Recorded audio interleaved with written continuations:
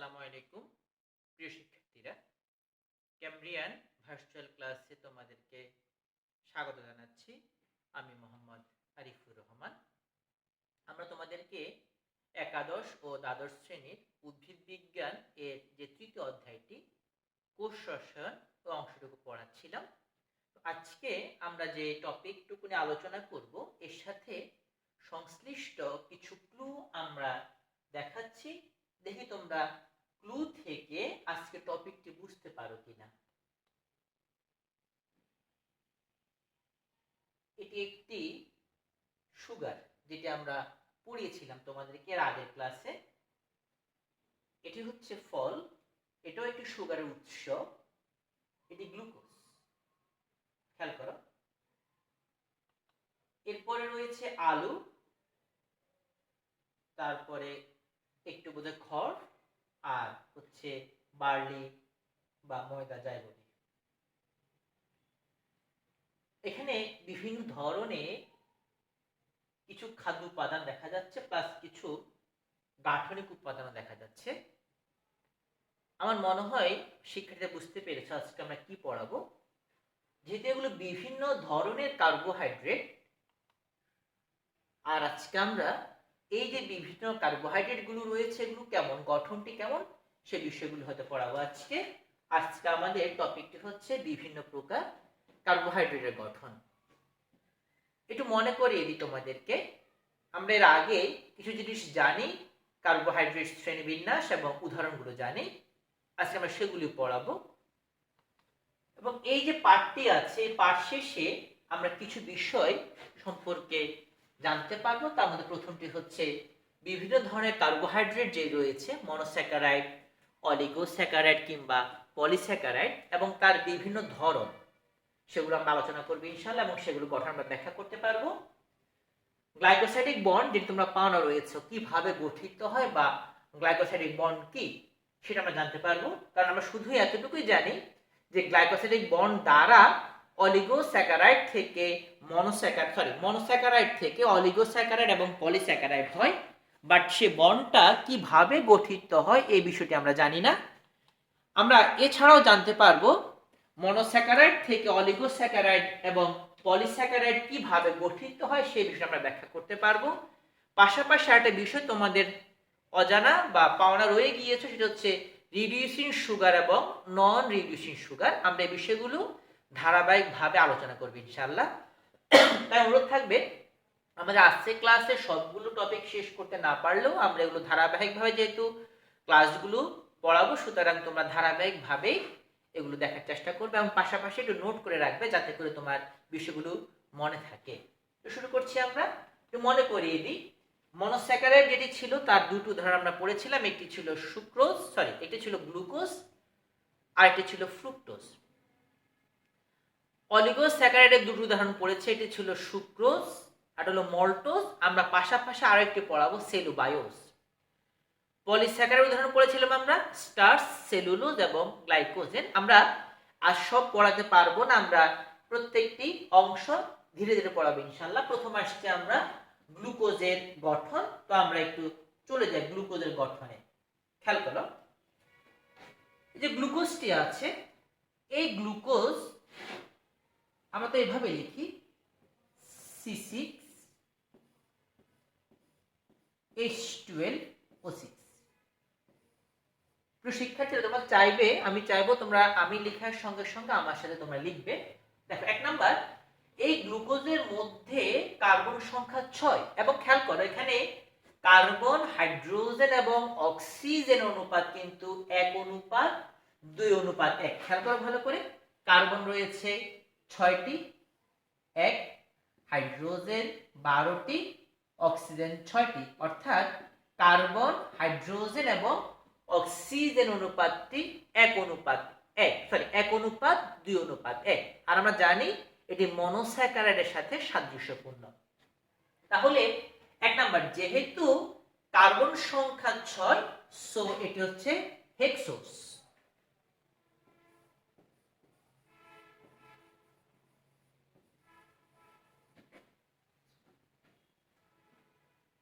অন্যদিকে খেয়াল করো, এই যে কার্বোহাইড্রেটটি রয়েছে, গ্লুকোজটি রয়েছে, দেখো এই গ্লুকোজের মধ্যে যে কার্যকরী মূলক, এটি দেখা যাচ্ছে, আমরা জানিয়ে দিচ্ছি, সেই কার্যকরী মূলকটা হচ্ছে CHO, অ্যালডিহাইড মূলক।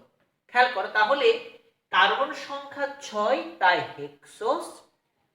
কার্যকরী মূলকটি হচ্ছে অ্যালডিহাইড। আমরা জানি যারা কার্বোহাইড্রেট তাদের মাঝে কিছু কিছু কার্বোহাইড্রেটের কার্যকরী মূলক অ্যালডিহাইড, আর কিছু কিছু কার্বোহাইড্রেটের কার্যকরী মূলকটি হচ্ছে কিটো। সুতরাং এক্ষেত্রে আমরা দেখতে পাচ্ছি অ্যালডিহাইড, সো অ্যালডো। কার্বন সংখ্যা 6, তাই হেক্সো। সুতরাং গ্লুকোজের অপর নাম হচ্ছে অ্যালডোহেক্সো। আবার বলছি, যদি কেউ জিজ্ঞেস করে গ্লুকোজের অপর নাম কি, আমরা উত্তর দিব গ্লুকোজের অপর নাম অ্যালডোহেক্সোস। এবার আমরা এই গ্লুকোজের গঠনটিতে আসছি। আমরা একটু আঁকছি, মনে আছে কিনা তোমাদের?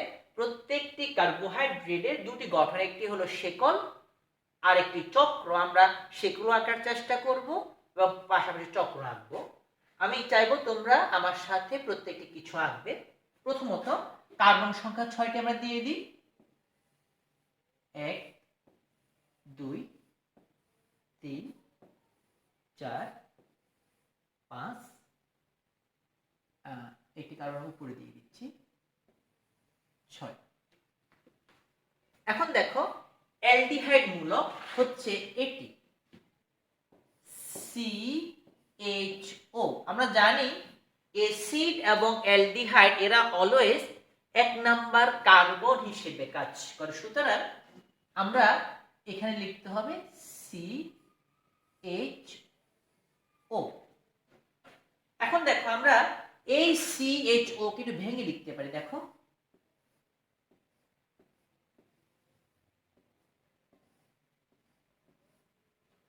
কার্বনের 4টা যোজনী, 2টি অক্সিজেনের সাথে, একটি হাইড্রোজেন আর একটি মুক্ত, তাই একে মুক্ত মূলক। তাহলে সো আমরা একটু এটা ভেঙে লিখি।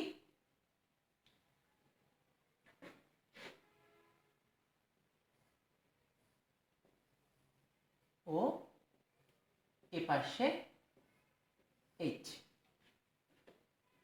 মুছে দিচ্ছি। এবার আসো, তাহলে 1 নাম্বার কার্বনে অ্যালডিহাইড মূলক চলে গেল। যেহেতু কার্বন সংখ্যা 6, তাই হচ্ছে হেক্সোস, আর অ্যালডিহাইড মূলকটি থাকে তাই অ্যালডো, সুতরাং অ্যালডোহেক্সোস। এবার আসছি এর গঠনটি, ফিশার যে মডেল, সেই মডেল খেয়াল করো। পলিহাইড্রোক্সি অ্যালডিহাইড, ফিশারের মতে 3 নাম্বার কার্বনে OH বামে। কিন্তু আমার দেওয়া মডেল না, ফিশারের মডেল। এবং বাকি সব খেয়াল করো, আবার বলছি ধীরে ধীরে। 6টা কার্বন, 1 নাম্বার কার্বনে বসেছে অ্যালডিহাইড মূলকটি, 3 নাম্বার কার্বন OH বামে, আর বাকি সবগুলোতে OH ডানে।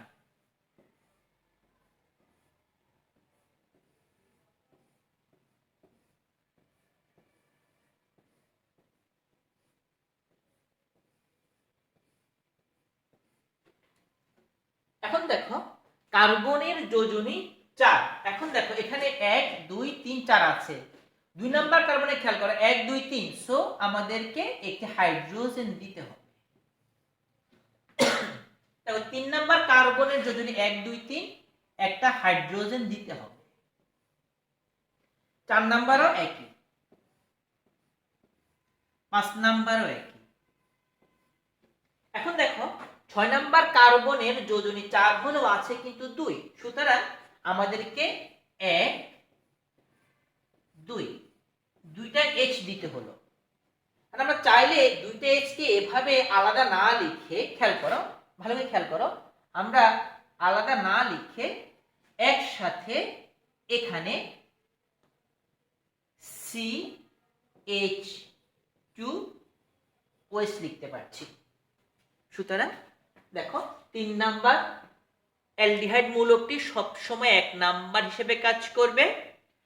3 নাম্বার কার্বনের OH থাকবে বামে, বাকি সবগুলোতে OH-টি ডানে, আর শেষ কার্বন হয়েছে CH2OH, 2টি হাইড্রোজেন একসাথে করে। এটি হচ্ছে গ্লুকোজের শেকল গঠন। এখন আমরা এই চেইন গঠন থেকে চক্র গঠন করব। একটু মনোযোগ দিয়ে খেয়াল করো। যখন চক্র গঠন করে তখন এটি হচ্ছে 1 নং কার্বন, অর্থাৎ দেখো এটা কার্যকরী মূলক। 1 নং কার্বন, 2 3 4 5 6। আমরা এটি বোঝাতে সময় নিচ্ছি যাতে করে পরবর্তীতে আমাদের এগুলো আর সমস্যা না থাকে। দেখো, যেহেতু এটি হচ্ছে 1 নাম্বার কার্বনের কার্যকরী মূলকটি আছে, সুতরাং আমরা জানি জৈব যৌগের মাথা, জৈব যৌগের ব্রেন, জৈব যৌগের ইঞ্জিন বলতে মূলত সেই কার্যকরী মূলকটিকে বোঝায়। এখন দেখো, সে যখন চক্র গঠন করে দেন সে প্রথমে একটা ব্রিজ তৈরি করবে, অক্সিজেন ব্রিজ তৈরি করবে। তার প্রশ্ন আসছে সে অক্সিজেন ব্রিজ কার সাথে তৈরি করবে? তখন বলছে দূরবর্তী অপ্রতিসম কার্বন বা দূরবর্তী কাইরাল কার্বন। খেয়াল করে কি লিখছি, দূরবর্তী অপ্রতিসম কার্বন বা কাইরাল কার্বন, এর সাথে সে ব্রিজ তৈরি করবে। আবার প্রশ্ন আসছে সেই কাইরাল কার্বনটা কি? এখন দেখো, যদি আমরা ভাবি এভাবে, কার্বন দেখো, যদি কার্বনের 4টা হাত, 4টি ভিন্ন ভিন্ন, সাপোজ এটি এ, দেখো এটি এ, এটি এ, বি, সি, অর্থাৎ 4টা যোজনী 4টা ভিন্ন উপাদান দ্বারা যদি যুক্ত থাকে। এখন দেখো দুটোই আছে, সুতরাং এটা অপ্রতিসম নয়, এটি কিন্তু দুটি এক হয়ে গিয়েছে। সুতরাং যদি এমনটি হয় যে এখানে এ নয়, এখানে থাকবে ডি। এখন খেয়াল করো, কার্বনের 4টি হাত, 4টি একযোজী ভিন্ন ভিন্ন উপাদান দ্বারা কিন্তু সম্পৃক্ত হয়েছে। সুতরাং এখন এই কার্বনটিকে আমরা কি বলতে পারি? Chiral carbon. সুতরাং এক্ষেত্রে কাইরাল কার্বন বলতে বোঝাবে অপ্রতিসম কার্বন। তোমরা সহজ ভাষায় এভাবে বুঝবা, তার 4টা হাতে 4টা ভিন্ন ভিন্ন উপাদান থাকবে, কখনোই দুটো উপাদান এক থাকবে না, 4টা ভিন্ন ভিন্ন উপাদান। সো তখনই তাকে আমরা কি বলবো? কাইরাল কার্বন বলবো।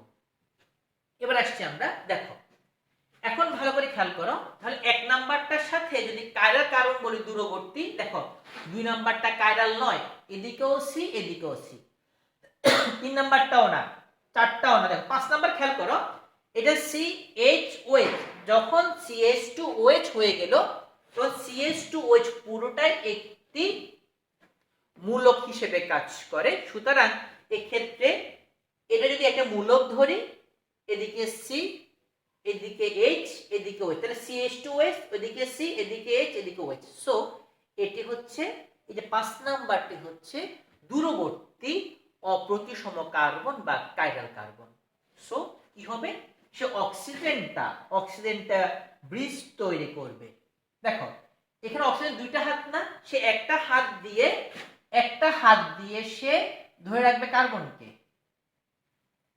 এবং আরেকটা হাত দিয়ে সে, দেখো দেখিয়ে দিই, আরেকটা হাত দিয়ে সে দেখো সে একটা হাত দিয়ে সি কে ধরলো, আরেকটা হাত দিয়ে সে 5 নাম্বারের সাথে অক্সিজেন ব্রিজ গঠন করলো। এখন দেখো তাহলে ওয়েস্ট যেটা আছে সেটা চলে গেলে এখান থেকে সে চলে যাবে কত নাম্বার কার্বনে? সে দেখো 1 2 3 4, এখানে যদি 4 হয়ে গিয়েছে 5 নাম্বার কার্বনে। সো এই ওয়েস্টটা চলে যাবে, আমরা অন্য কালার দিয়ে একটু বুঝাই, 1 নাম্বার কার্বন। এখন দেখো 1 নাম্বার কার্বনে গিয়ে ওয়েস্টটা সি ডানেও যুক্ত হতে পারে, আবার সি বামেও যুক্ত হতে পারে। খেয়াল করো, এই ওয়েস্টটা সি এর যদি ডানে যুক্ত হয়, যদি ওয়েস্টটা সি এর ডানে যুক্ত হয়,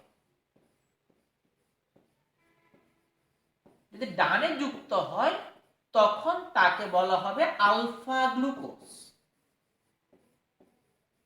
আর যদি ওয়েস্টটা বামে যুক্ত হয়, বামে, তখন সেটা হবে বিটা গ্লুকোজ। অর্থাৎ যদি ওয়েস্টটা কার্বনের ডান পাশে থাকে তখন হবে আলফা গ্লুকোজ, আর যদি ওয়েস্টটা চলে যায় বামে তখন হবে বিটা গ্লুকোজ। খেয়াল করো, আমরা আবার দেখে দিচ্ছি, দেখো এখানে আমরা দেখতে পাচ্ছি যে ওয়েস্টটা আছে, দেখো এই ওয়েস্টটা আমরা আবার আঁকি।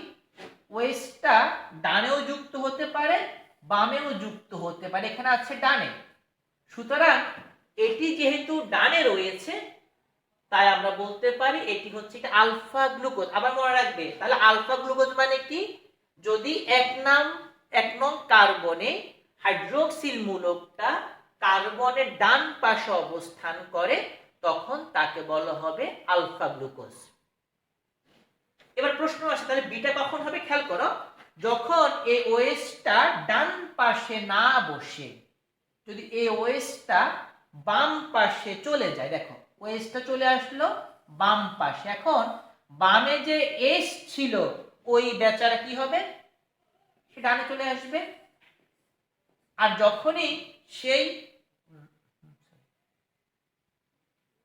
যখনই ওই ওয়েসটা বামে চলে গেল এস চলে আসছে ডানে। সুতরাং আমরা এতটুকু বলতে পারি যদি ওএইচ ডানে থাকে তখন তাকে বলা হবে আলফা গ্লুকোজ। তোমরা এগুলো লিখে রাখো একটু। আর যদি ওএসটি ডানে না গিয়ে ওএসটি বামে চলে আসে তখন সেটি হবে বিটা গ্লুকোজ। সুতরাং যখনই, আবারও বলছি কথাগুলো এগুলো একটু জটিল মনে হতে পারে, যখনই এক নং কার্বনের ডান পাশে হাইড্রোক্সিল মূলকটি থাকবে তখন সেটি হবে আলফা গ্লুকোজ, আর এক নং কার্বনের বামে যদি ওএস থাকে তখন সেটি হবে বিটা গ্লুকোজ। তাহলে আমরা বুঝতে পারছি এই মুহূর্তে এক নং কার্বনের বামে রয়েছে ওএস, সুতরাং এখন এটি একটি বিটা গ্লুকোজ। আর এখন আমরা এই বিটা গ্লুকোজের চক্র আঁকবো। খুব সহজে খেয়াল করো, প্রথম আসছে এভাবে চক্র, কয়টা কার্বন, মোট 6টা।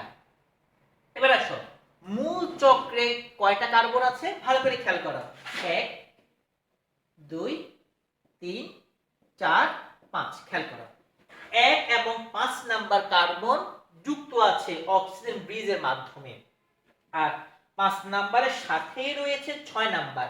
এখন দেখো 6 নাম্বার কিন্তু মূল চক্রে না, সে শেকলে রয়েছে। যখন চক্র ভাববো তখন মনে হচ্ছে 6 নাম্বার কার্বনটা আছে 5 নাম্বার কার্বনের একটি শাখা হিসেবে।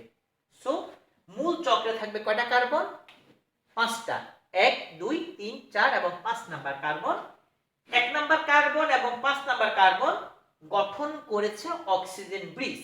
তাহলে খেয়াল করো এই চক্রের মোট থাকবে কয়টা কোণা, 5টা কোণা থাকবে বা 5টা কর্নার থাকবে। আমরা আঁকি, ভালো করে খেয়াল করো।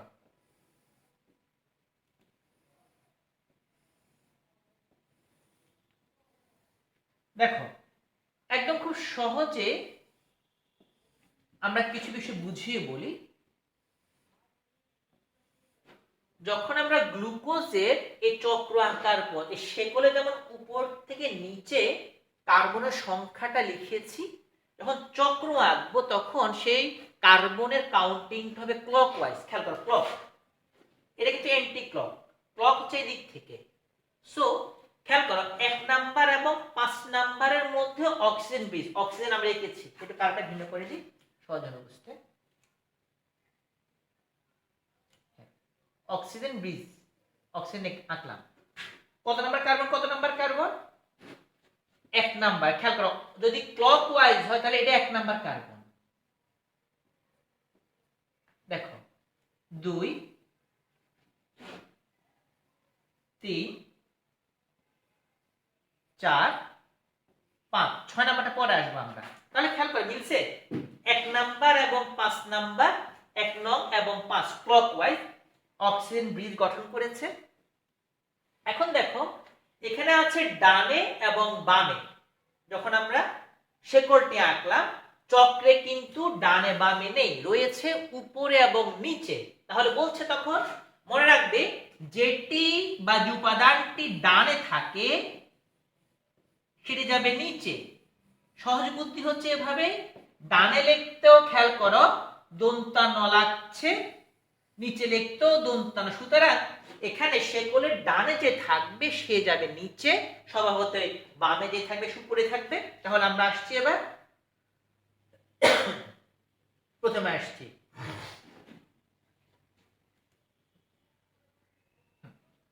আসো 1 নাম্বার কার্বন H ডানে, খেয়াল করো, তাহলে ডানে কোলে আসবে নিচে।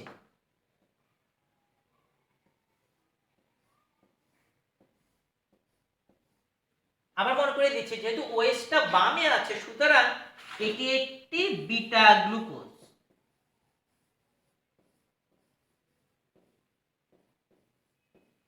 আমরা বিটা গ্লুকোজ আসছি, এটা একটি বিটা গ্লুকোজ, এইদিকে লিখি, এটা একটি বিটা গ্লুকোজ। আমরা বিটা গ্লুকোজের চেইন থেকে চক্রটে আসছি। এবার দেখো ওএসটা আছে বামে, সো ওএসটা চলে যাবে উপরে। এবার আসো 2 নং কার্বনে ওএইচ ডানে, মানে ওএইচ থাকবে নিচে।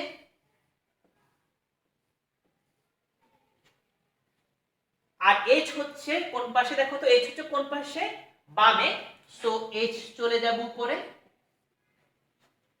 3 নাম্বার কার্বন খেয়াল করো, এইচ ডানে মানে নিচে, ওএইচ বামে আছে, সো ওএইচ যাবে উপরে। 4 নাম্বার কার্বন ওএইচ ডানে মানে নিচে, এইচ বামে মানে উপরে।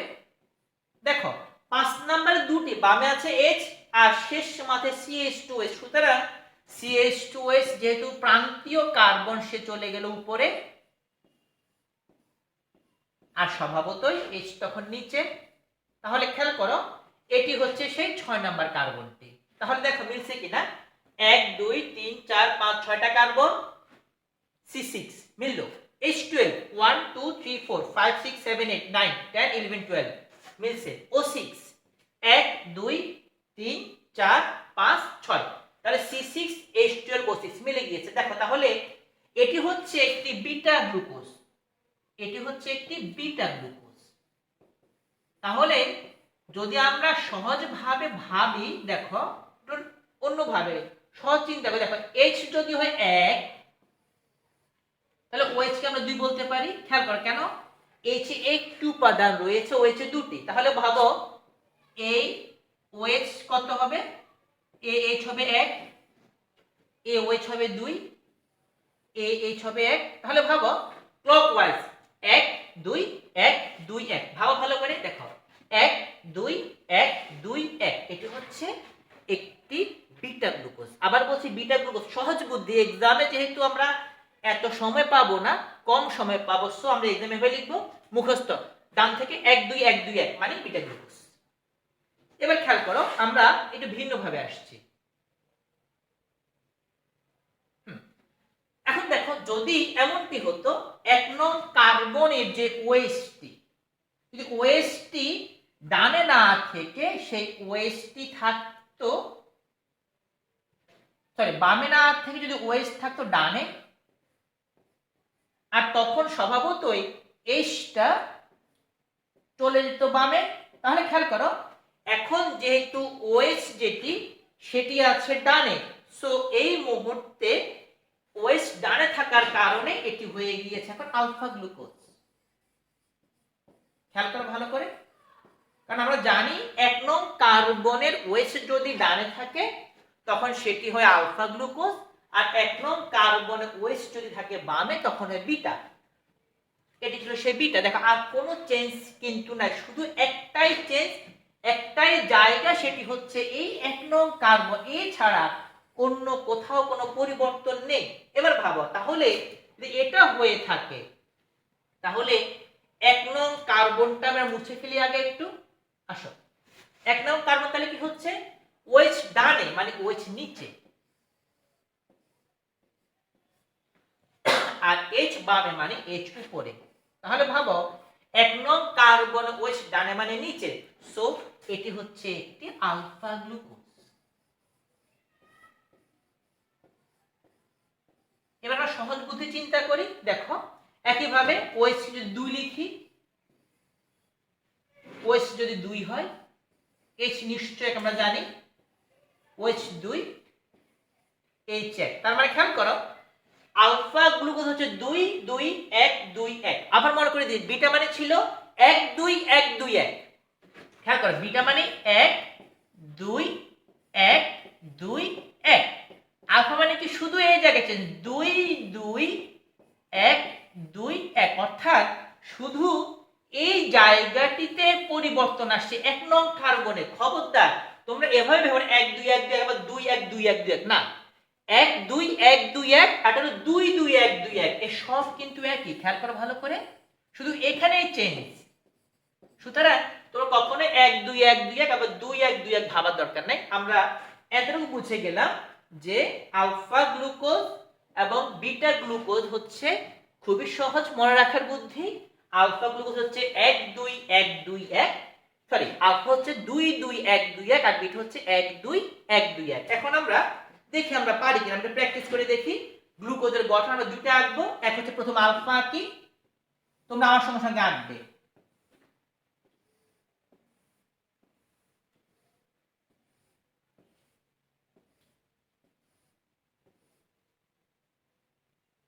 দেখো আমরা প্রথম আলফা, আলফা মানে কি 2 2 1 2 1। এখন দেখো 2 এর অপোজিটে 1 মানে H, 2 এর অপোজিটে 1 মানে H।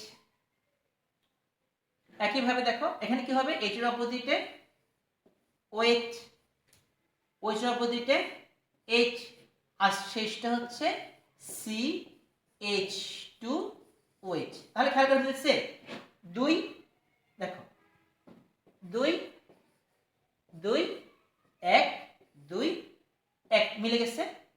আর কার্বন সংখ্যা কিভাবে দিব আমরা, এটা হচ্ছে দেখো এটা হচ্ছে 1 নং কার্বন, 2 নং কার্বন, 3 নং কার্বন, 4 5 6 নং কার্বন। সুতরাং 2 2 2 2 2 1 2 1 আমরা চোখ বন্ধ করে বলতে পারি ইহা একটি আলফা গ্লুকোজ।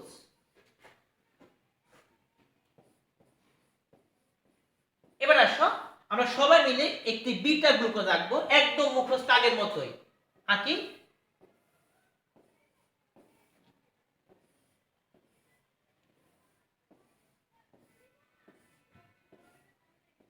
আগের মতোই আমাদের মনে আছে বোধহয় বিটা গ্লুকোজ মানে কত, 1 2 1 2 1, 1 মানে H, 2 মানে OH, 1 2 1 2 1। এখন 1 এর অপোজিটে 2, 2 এর অপোজিটে 1, 1 এর অপোজিটে 2, 2 এর অপোজিটে 1, শেষটা CH2OH। আবার খেয়াল করে মিলছে কিনা আমরা মিলে দেখি। দেখো 1 2 1 2 1। আবার দেখো কার্বন নাম্বারিং করে আমরা 1 number carbon, 2 number carbon, 3 number carbon, 4 number carbon, 5 number এবং এটি 6 নাম্বার কার্বন। সুতরাং আমরা এটি একটি পেলাম, এটি একটি হচ্ছে বিটা গ্লুকোজ।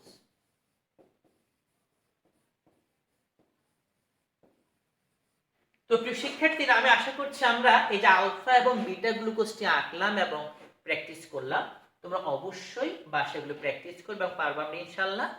এর অন্য যে উপাদানগুলো, অন্যান্য যে গঠনগুলো রয়েছে ফ্রুক্টোজ, সেলুলোজ, সেগুলো আমরা ইনশাআল্লাহ পরবর্তী ক্লাসগুলো আলোচনা করব। কারণ গ্লুকোজ এবং ফ্রুক্টোজ যদি তুমি ভালো করে পারো তাহলে আমরা সবগুলো পারবো ইনশাআল্লাহ। আবার আরেকবার রিভিউ করে দিই, আলফা গ্লুকোজ এবং বিটা গ্লুকোজের পার্থক্য হচ্ছে 1 নং কার্বনে 1 নং কার্বন ওয়েস যদি ডানে থাকে তখন আলফা আর বামে থাকলে বিটা। সে অনুসারে আমরা সাজালে যা পাই, বিটা মানে হচ্ছে 1 2 1 2 1, আলফা মানে হচ্ছে 2 2 1 2 1। তো প্রিয় শিক্ষার্থীরা বাসায় এগুলো প্র্যাকটিস করবে।